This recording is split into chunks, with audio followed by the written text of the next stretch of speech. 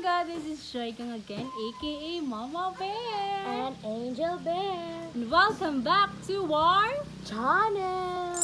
Yes. Yes. So for today's vlog, we'll be doing among himuon ang egg challenge. So, ana. Basta kana siya. Kana siya nga challenge. And sorry nga karon pa may nakapag-vlog kay medyo busy ang life. Busy ang life. So without any further ado, let's do this.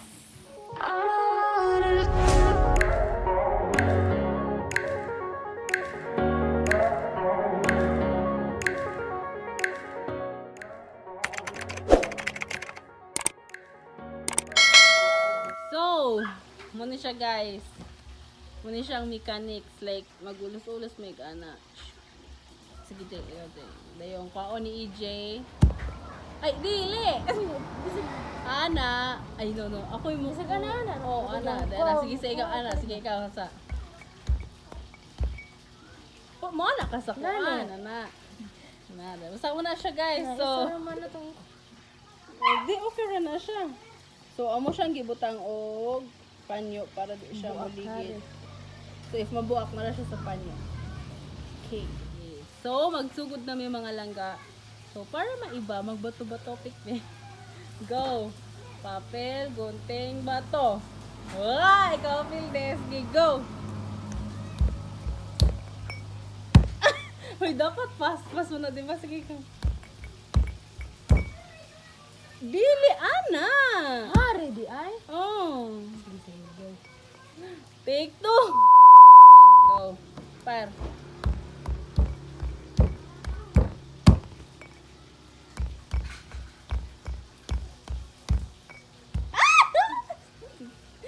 So, 1 yung score. 1.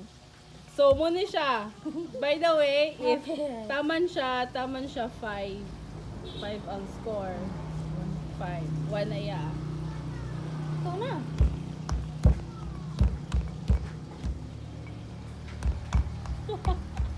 Ang saan nga egg? Lain na! Boring. Sabi natin live vlog. Ang kaya yung i-vlog namin, Ito, guys. mabuak naman tag-ulo. Mga langga. Medyo naburingan man yung egg challenge kay like, God, dry. Dili siya wet. So, we decided nga, i-tour na lang muna mo sa among backyard garden o sa among manukan. So, let's go! So, mga langgana, natakaroon diri sa among backyard. Literal nga backyard, kinami sa luyo. So, karon muna siya ang mga seedlings. So, this is our mini nursery. Actually, wala pa din siya nahuman. Project ni siya ni Mommy Jolita Joy. So, we have here naatay kamatis. We have lettuce. Char. Naatay string beans nga nukulatay na siya. Actually, ano siya available, I know. For sale ni siya mga langga and yes, kay di siya basta kay project ni siya ni Mommy Joy. So, sa mga ganahan dirag mga vegetable seedlings, pwede mo mari sa balay para makapalit dire. And here, and ta-dang! We have here sibuyas dahunan. O, dagan ka siya. Guwapa kayo siya. Actually, pwede na po din siya i-harvest. And since busy si Mommy and dili ko ganahan nga ako yung harvest kay kamami lagi nga project makasabaan ta. So, wala siya, chills sana sila dira. And, naapod tay, ano siya? Sanib! Sanib siya. So, ano siya, family niya siya sa mga herbs. And we have alugbate here. And, we also have here mga atsal. So, mga sili na siya. And, our eggplant nga kulang na din siya, so gipangputungan na and kani siya amo pang tarungon ang i-cultivate pa na mag-usob ang yuta para tamnan na pod og lain which is basin katong string beans. So muna siya. So bitaw part 2. Part 2. No, dili siya like muto siya mo first garden and kani siya ang among second garden. So here naa siya mga muna siya ang string beans and dapat man siya na kulatayan kay mukulatay ang mga string beans. And here po we have here ang okra. So muna siya ang second pot na mga night okra. Here is mga talong. Talong nga purple. And there's siya eggplant again. And we also have sweet corn. O, diba? Bahay kubo. And here, may siya ang mga red hot. Mga sili, nga halangon. Hot, parihan na po. So, and also have here, naami squash. Squash. Ayan.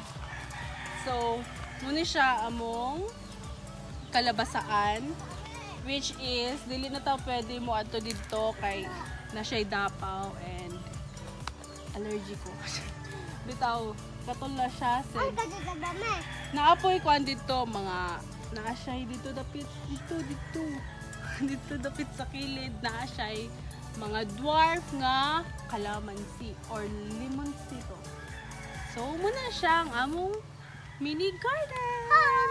So hi to them. Hi.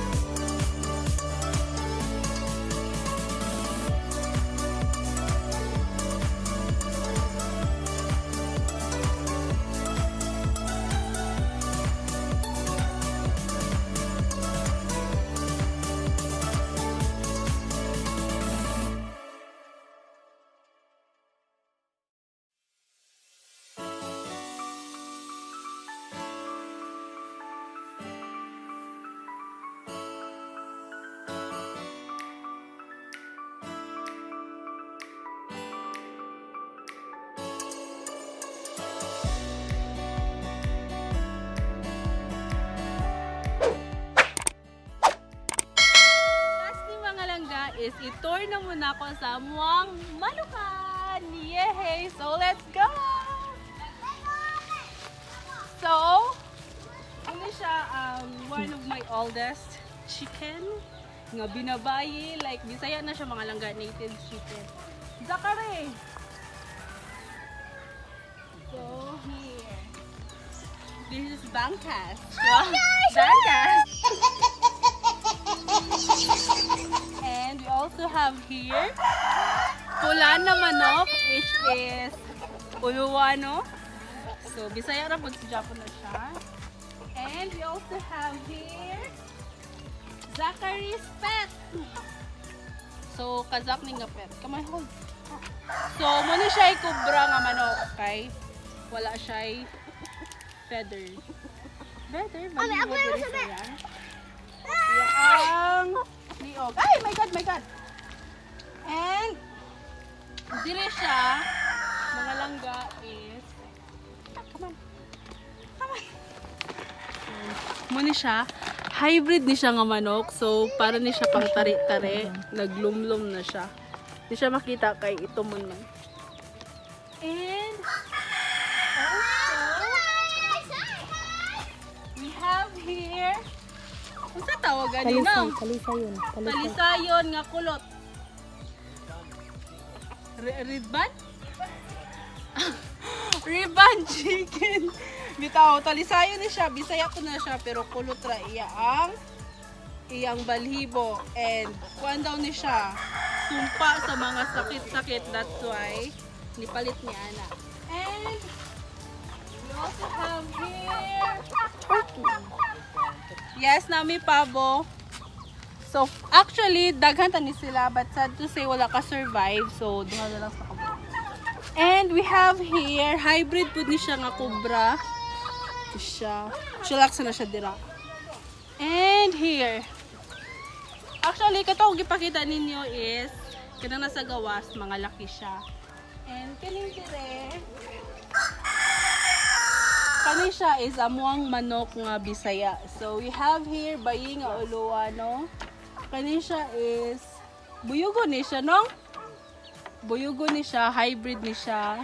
Kani po siya, kay Bisaya ni siya. Ready na ni sila for breeding, kay hapit na sila mangulag.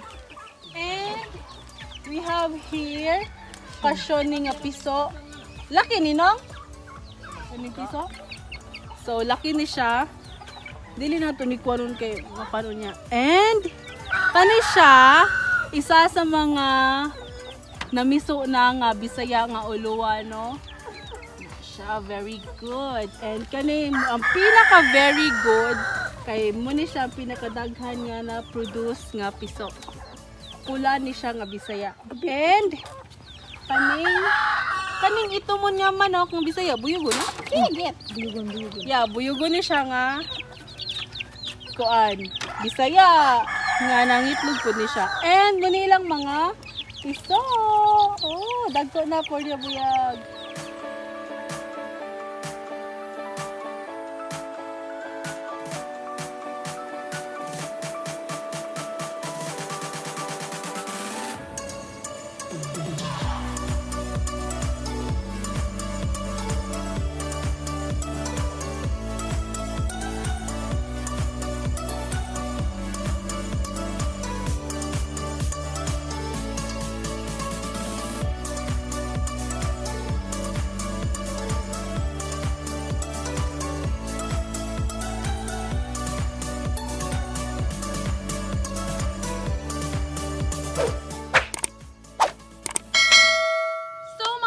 Mo to siyang among little backyard garden and our little manukan. So I hope you enjoy watching because we're just spreading good vibes and love to everyone. And I also hope nga na-inspire mo na mo nga this is the right time nga mo start na mo sa inyong little backyard garden. And also if ever you want to kanang ganahan mo nga magmanukan pud mo, so this is really the right time. It's not too late. It's not too late para kuan siya kanang if ever naara mo yung source of food if dili na mo makapalit sa gawas kay karon jud we really need to stay at home tungod sa pandemic. So mo to siya. I hope nga na-inspire jud man ako. So that's it for today's vlog. So see you to our next vlog. Ciao.